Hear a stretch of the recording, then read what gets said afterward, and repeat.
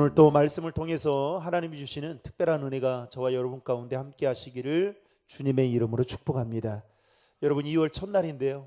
어떻게 하루 잘 보내셨어요? 네. 2월 한 달 동안도 여러분 믿음으로 꼭 승리할 수 있기를 주님의 이름으로 축복합니다. 오늘 본문의 내용은 하나님께서 이스라엘 백성들과 언약을 다시 맺으시고 하나님께서 말씀하신 그 회막을 만들기 위한 준비에 대한 내용을 말씀하고 있습니다. 특별히 하나님께서 이스라엘 백성들에게 회막을 만들기 위해서 너희의 모든 소유 중에서 여호와께 드릴 것을 택하되 마음에 원하는 자는 누구든지 그것을 가져다가 여호와께 드려야 된다라고 말씀하고 있습니다. 여러분 5절의 말씀을 화면을 보고 같이 읽겠습니다. 너희의 소유 중에서 너희는 여호와께 드릴 것을 택하되 마음에 원하는 자는 누구든지 그것을 가져다가 여호와께 드릴지니 곧 금과 은과 녹과. 하나님께서 이스라엘 백성들에게 이렇게 말씀하자 이스라엘 백성들은 하나님의 회막을 만들기 위해서 하나님의 말씀대로 회막에 필요한 모든 예물을 드렸습니다. 그리고 오늘 우리가 읽지는 않았지만 출애굽기 35장 4절부터 15절까지의 말씀에 보면 회막과 회막의 기구들을 위해서 필요한 재원에 대한 그 하나님의 말씀이 기록되어져 있습니다.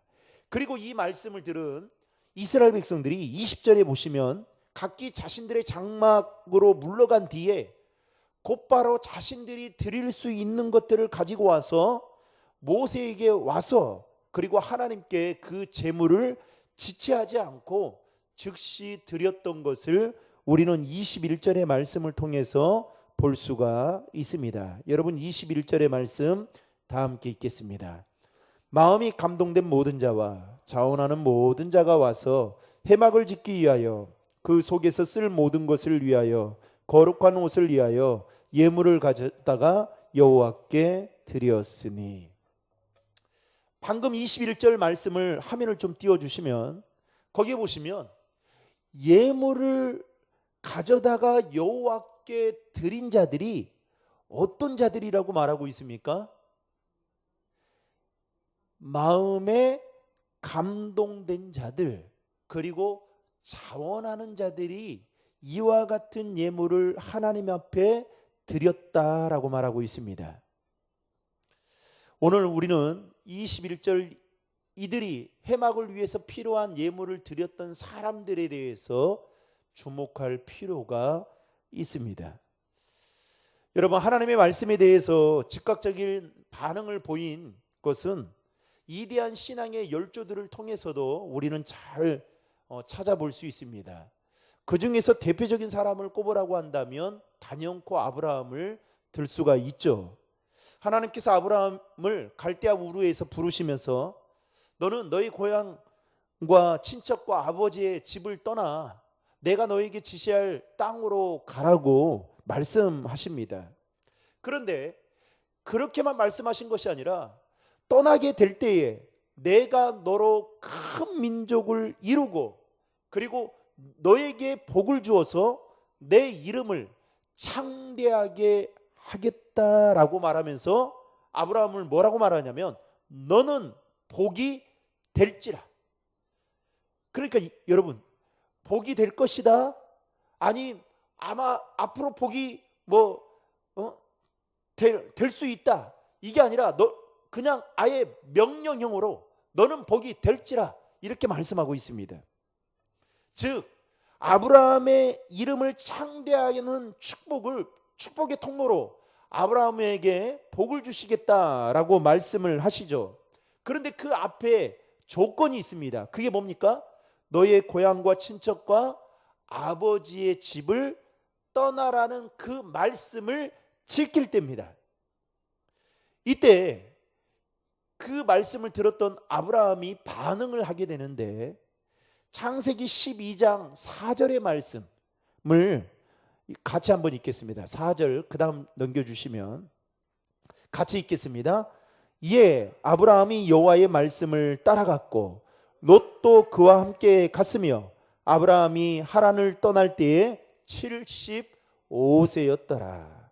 여러분, 지금 하나님께서 아브라함에게 너는 고향과 친척과 아버지의 집을 떠나라고 말씀하셨을 때에 지금 아브라함이 어떻게 반응을 합니까?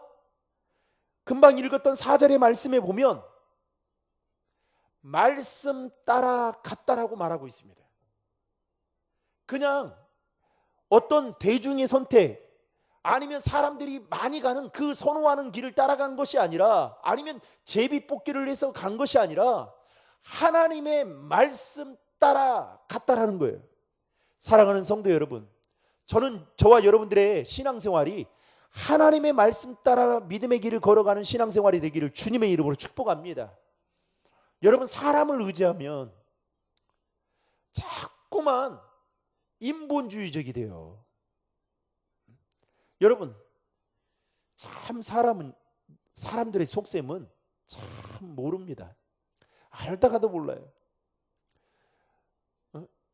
아니, 우리 속담에 사촌이 땅 사면 배 아파야 됩니까? 안 아파야 됩니까? 안 아파야죠. 사촌인데 여러분. 그렇지 않아요? 그런데 참 사람들이 그렇게 고생하다가 좀 뭔가 이렇게 인기를 얻고 조금 삶이 나아졌다고 하면요, 그때부터 하이에나처럼 막 그 사람의 흠집을 막 내려고 달라붙는 사람들이 있어요. 여러분, 그 소리를 다 듣잖아요. 여러분, 한번 생각해 보세요. 진짜 나를 생각해 주는 사람은 나에게, 여러분, 내 인생에 기름진 그야말로 도움이 되는, 덕이 되는 말을 해줘요. 그 안에는 충고의 말도 있겠죠.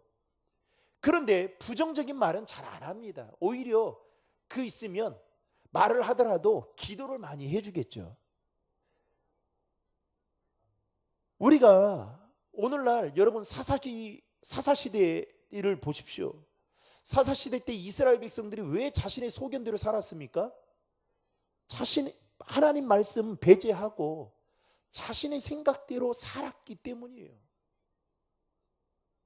제가 오늘 새벽에도 말씀을 드렸지만, 오늘날 그리스도인들 중에 하나님 말씀은 그냥 주일날 와서 듣는 거, 지키는 것은 별도라고 생각하고 살아가는 사람들이 있다라는 거죠.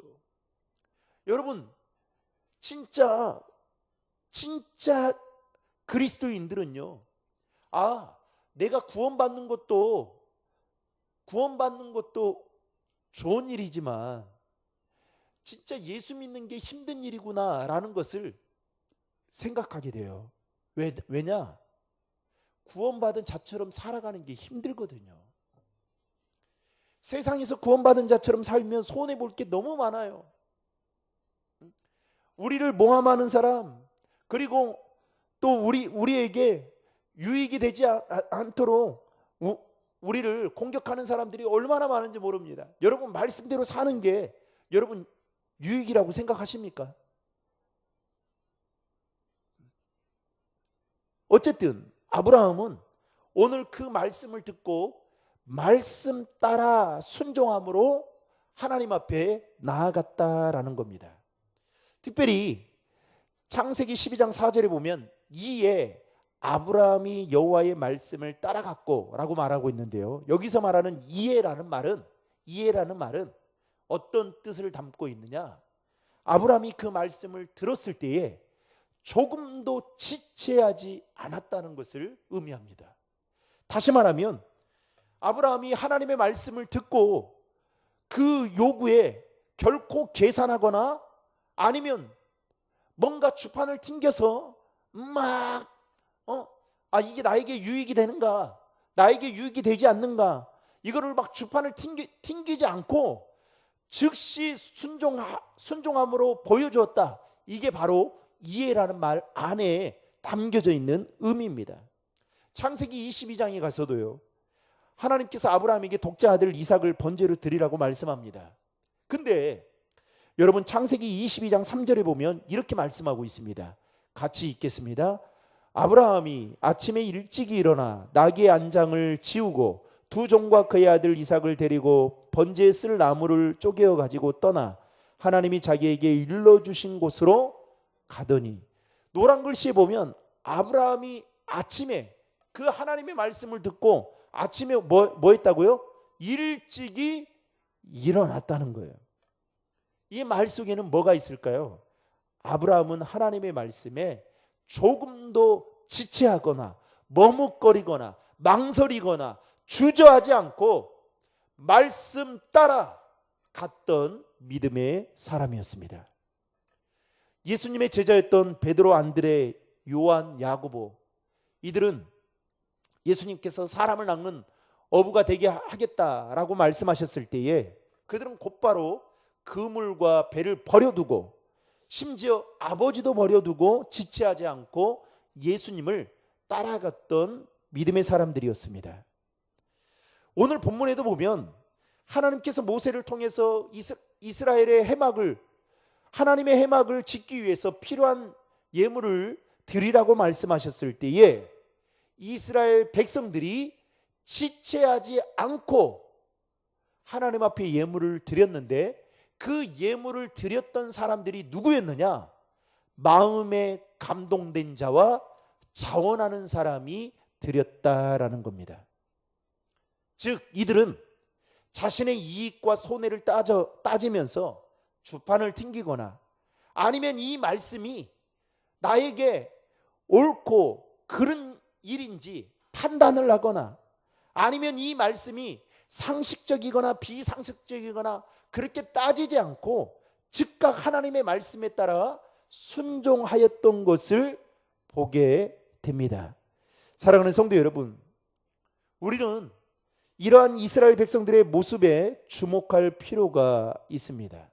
왜냐하면 사단은 우리가 하나님의 말씀에 순종하지 못하도록 자꾸만 손해와 이익을 따지게 만듭니다. 또 나에게 어떤 유익이 있는지 계속해서 그런 생각을 사단은 우리에게 심어줍니다. 결국에는 하나님의 말씀에 불순종하게 만드는 것이 사단이 우리를 공격하는 전략 중에 하나인 거죠. 그래서 여러분, 우리의 신앙생활이 정말 하나님 앞에 나아가는데, 자원함으로 나아가는데 어떻게 해요? 사단은 자꾸만 불편한 마음을 가져다 준다는 거예요. 야, 집도, 교회하고 집도 멀잖아. 우리 오늘 유건사님 나오셨는데 전 참 볼 때마다 고개가 숙여져요. 그 멀리에서 늘 오실 때마다 택시 타고 오시고, 택시 비용 만만치 않잖아요. 또 오늘부터 택시비가 올랐다는 이야기를 제가 들었어요. 얼마나 핑계대도 핑계댈 거리가 많고, 그 권사님 사는 주변에 교회가 얼마나 큰 교회들이 얼마나 많겠어요. 오늘 같은 날 안 나와도 누가 뭐라 할 사람도 없을 텐데, 이렇게 나와가지고 그 다니엘 기도회 때도 21일 동안 나오셔가지고 다 간식 준비하시고 예배 부장 벌써, 제가 그럼 얼마나 죄송하고 또 감사하고, 이런 분들이 계시기 때문에 교회가 이렇게 서가구나라는 생각이 듭니다. 여러분, 저는 바라건대 우리의 신앙생활이 하나님이 말씀하시면 그 말씀에 어떤 토도 다는 것이 아니라, 그 말씀이 내 심령에 떨어지면 그 말씀이 내 심령에서 열매 맺어질 수 있도록 순종하며 나아갈 수 있는 하나님의 사람들 되기를 주님의 이름으로 축복합니다. 그래서 성경은 옥토와 같은 밭이 되라고 말씀하고 있는 것이죠.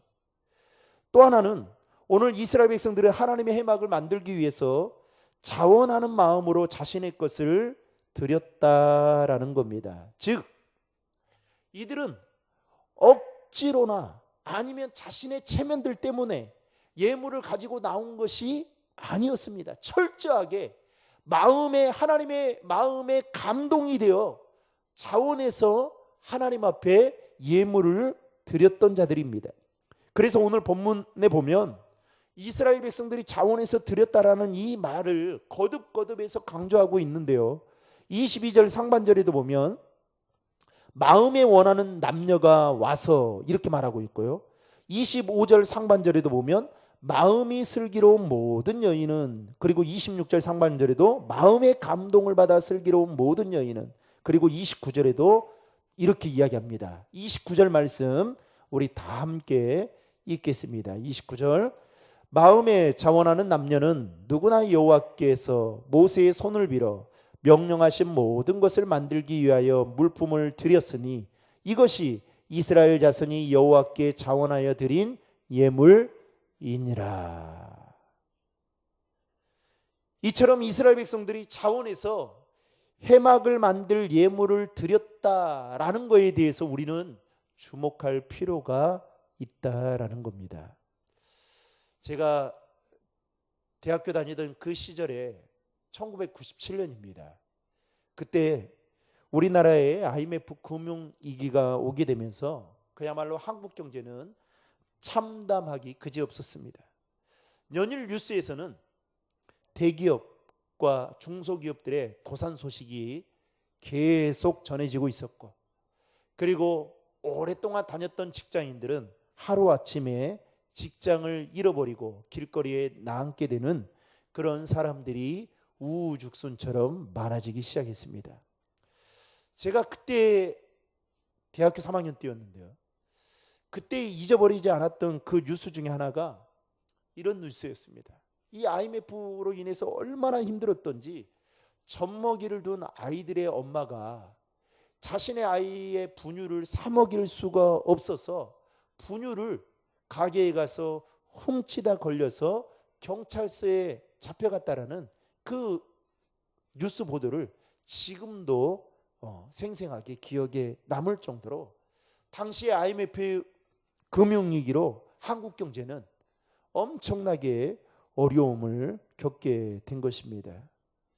수많은 사람들이 자살했고요. 또 자녀들은 대학을 지나가는 것을 포기해야만 했던 사람들도 생겨나게 되었습니다. 이러한 위기 속에서 우리 국민들이 살아야겠다라고 몸부림을 치기 시작하는데 그 시작의 물줄기가 바로 금모으기 운동이었습니다.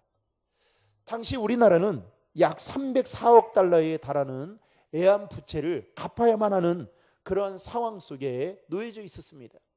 그때 대한민국 국민들이 자발적으로 금모으기 운동을 시작하게 된 것입니다. 금모으기를 운동을 시작하면서 전국에서 약 350만 명가량이 통참하는 그야말로 범국민적인 금모으기 운동이 시작이 되었습니다. 어떤 사람은 결혼 폐물을 가져오기도 했고, 또 어떤 사람은 자녀의 돌반지를 가져오기도 했고, 어떤 사람은 부모님의 유산으로 받은 그 금부치를 가지고 와서, 즉 저마다 사연이 담긴 그 금들을 가지고 와서 내곤 했습니다. 그렇게 모아진 금이 당시 227톤에 달했다고 합니다. 우리 정부는 당시 이 금들을 다 팔아서 나라 부채의 일부를 상환하게 되었고, 그리고 우리나라는 이 금모으기 운동을 시점으로 해서 IMF를 겪은 나라 중에 가장 빨리 그 위기를 벗어나는 나라로 소문이 나게 되었던 겁니다. 그런데 여러분, 이 모든 일들은 우리 국민들이 자원함을 통해서 시작되었고, 그 자원함의 시작이 결국 어려운 IMF라는 그 엄청난 위기를 극복하는 단초가 되었다라는 겁니다. 여러분, 남의 시선을 의식하며 행동하는 것이라면 이렇게 할 수 없겠죠. 우리나라도 이렇게 어려울 때, 이거는 신앙적인 것과 전혀 상관없는 건데도 불구하고 어떻게든 우리나라가 무너지면 안 되겠다라는 그 마음을 가지고 350만 명 가량이 자신들이 가지고 있는 그 금부치를 다 모아서 기부할 정도로 이렇게 하고 있는데 우리의 신앙생활은 어떠하냐라는 겁니다. 오늘 하나님의 회막을 짓기 위해서 하나님은 그들에게 예물을 드리라고 말씀할 때에 이스라엘 백성들은 철저하게 마음이 감동이 되고 자원하는 사람들로 이제 하나님의 해막이 만들어지는 것을 보게 됩니다. 여러분, 신앙생활이 기쁘지 않는 이유 중에 하나가 무엇 때문인지 아십니까? 우리 안에 자원하는 마음이 없기 때문에 그래요. 또 다른 말로 표현하면 우리 안에 은혜가 없기 때문에 그래요. 여러분, 은혜를 받으면 교회 나오는 게 기뻐요. 하나님의 은혜에 감동이 된 사람은 여러분 누구 의식하지 않고 합니다. 여러분, 왜 언제부턴가 왜 이런 말이 교회 안에서 나도는 겁니까? 교회 진짜 성도를 구별하는 그 기준이 있다라는 거예요. 여러분, 그 기준이 뭔지 아십니까? 교회 건축할 때 되면 안다는 거예요. 여러분, 이거 비극 아니겠습니까?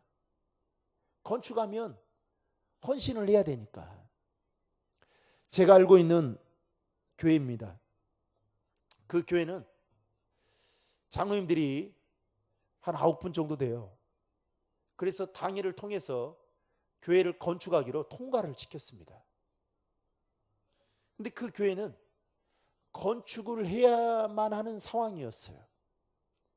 법적으로도 걸리는 부분들이 있었고 또 그것 때문에 벌금을 1년에 몇 천만 원의 벌금을 내는 그런 교회였습니다. 그리고 심지어는 화재까지 났어요. 그렇기 때문에 여러 가지 면에 있어서 건축을 할 수밖에 없는 상황에서 당회의 결정을 통해서 이제 건축을 하기로 그렇게 했습니다. 그런데 그게 취소가 됐어요. 여러 가지 제가 그 교회를 다니지 않고 내막은 잘 알 수는 없지만 당에서 결정했던 이 일이 어떻게 취소가 될 수 있을까? 나중에 여쭤봤더니 그런 마음이 없는 거예요. 없는데 좀 죄송합니다. 우리 장로님들은 다 안 그렇지만 장로님들도 그런 마음이 없는데 통과는 시킨 거예요. 그리고 나중에 뒤에서 안 했으면 좋겠다라고 해서 이렇게 여론몰이를 해서 결국 하지 않게 된 겁니다. 제가 그 이야기를 듣고요. 이게 한국교회 현실이구나. 여러분, 왜 이거는 그냥 단편적인 거지만 왜 신앙생활이 어떤 사람은 지금도 하늘을 나는 것처럼 신앙생활을 기쁘게 하는 사람이 있는데 왜 어떤 사람은 신앙생활이 그렇게 인사불성이 돼서 교회에 나오면 여러분 얼굴이 밝고 기쁘고 그래야 하잖아요. 그런데 왜 그러지 않을까요? 자원함이 없고 은혜가 없기 때문에 그래요. 여러분, 오늘 자원하는 마음뿐만 아니라 하나님의 은혜가 없을 때에 하나님께서 모세를 통해서 해막을 지으라는 이 예물을 드려야 된다라고 말씀했을 때 이스라엘 백성들 중에 아마 여론몰이 하는 사람들이 있었을 거라고 저는 생각해요. 아니 지금 시기가 어떤 때인데 아니 출애굽해가지고 지금 우리가 노예 생활해가지고 그것도 430년 동안 이렇게 어렵게 고생하고 그뿐만 아니라 지금도 광야 생활을 하고 있는데 조금 생활이 나을 것처럼 좀 나을 것처럼 생각했는데 이렇게 또 헌신을 하라고 하니 아니 하나님이 해도 너무해도 한 거 아니냐 이렇게 하면서 여론몰이를 할 수 있는 사람들이 있었겠죠. 그런데 여러분 기억하셔야 될 것은 우리라고 저라고 이들과 별반 다르지 않다라는 생각을 하게 됩니다. 사랑하는 성도 여러분, 저는 바라건대 저와 여러분들의 신앙생활이 자원하는 마음으로 신앙생활을 할 수 있기를 주님의 이름으로 축복합니다. 하나님의 은혜에 감동이 되어서 하나님의 은혜에 감격해서 기뻐서 여러분 신앙생활 할 수 있기를 주님의 이름으로 축복합니다. 여러분, 왜 우리가 남을 의식해야 됩니까? 왜 내 체면을 내세우며 왜 신앙생활 해야 됩니까? 제가 아는 그 이웃교회 그 전도사님이 설교를 했어요, 근래에. 그런데 막 그 전도사님이 설교를 하기 전에 막 눈물을 막 훔쳐요. 그래서 왜 그런가 싶었더니 교인들이 안 나온 게 다 자기 잘못이라고 하면서 막 눈물을 막 훔쳐요. 그래서 아니, 왜 본인 잘못도 아닌데 왜 이렇게 이제 마음이 참 이쁜 거죠. 왜 그럴까 싶었어요. 그런데 그 전사님이 그런 말을 해요. 이제 본인이 이제 월요일 날 맡아가지고 새벽기도를 인도한다는 거예요. 그리고 담임 목사님이 화요일부터 이제 새벽기도 인도하는데, 자기가 항상 월요일 날 새벽기도 인도할 때 보면 담임 목사님이 나와서 새벽기도 인도할 때보다 숫자가 완전히 줄어든다는. 그래서 이게 내가 설교를 하는 게 맞는가? 내가 말씀을 제대로 전하지 못해서 이런 건가? 이런 생각 때문에 막 신앙적으로 막 괴로워하고 힘들어하면서 그날도 막 수요일 날 막 말씀을 전하는데 전하기 전에 막 우는 거예요. 여러분, 담임 목사님이 있든 없든 간에 여러분, 그게 무슨 상관이에요? 우리가 하나님의 은혜에 감사하고 감격하고 기뻐하면, 그리고 내가 정말 기쁜 마음으로 주님 앞에 나오기를 원하면, 이때면 계시든 안 계시든 간에 우리의 행동은 늘 변함이 없이 동일해야 되겠죠. 그런데 그렇지 않은 게 문제인 겁니다. 여러분, 가정에서도 부모가 자녀들에게 뭔가를 시켜서 자녀들이 그 일을 할 때보다 부모가 말하지 않았는데도 불구하고 자녀들이 자신이 해야 될 일들을 하게 되는 것을 부모가 볼 때에 마음이 어때요? 기쁘고 즐겁죠. 그리고 기특하고 감사하고, 아이고 뭐라도 더 하나 더 챙겨줘야겠다, 용돈이라도 더 줘야겠다, 이런 마음이 드는 거 아니겠습니까? 그런데 어떤 자녀가 설거지 항상 안 하다가 한 번 해놓고, 엄마 아빠 요 와보세요, 싱크대 한번 와보세요, 오늘 보세요, 뭔가 달라졌죠? 이러면 어때요? 에라이 놈, 한 번 해준 거 가지고 꼭 그러냐? 이러겠죠. 여러분, 우리의 신앙생활도 마찬가지입니다. 남을 의식해서 또는 체면 때문에 무언가를 하게 된다면 여러분, 결코 신앙생활은 기쁘거나 즐거울 수가 없어요. 진짜 더더욱 그렇습니다. 따라서 오늘 본문에 나오는 이 이스라엘 백성들처럼 특별히 마음에 감동이 되어 자원하는 마음으로 기쁘게 예물을 드렸던 이스라엘 백성들과 같이 저와 여러분들의 신앙생활이 그런 신앙생활이 될 수 있기를 주님의 이름으로 축원합니다.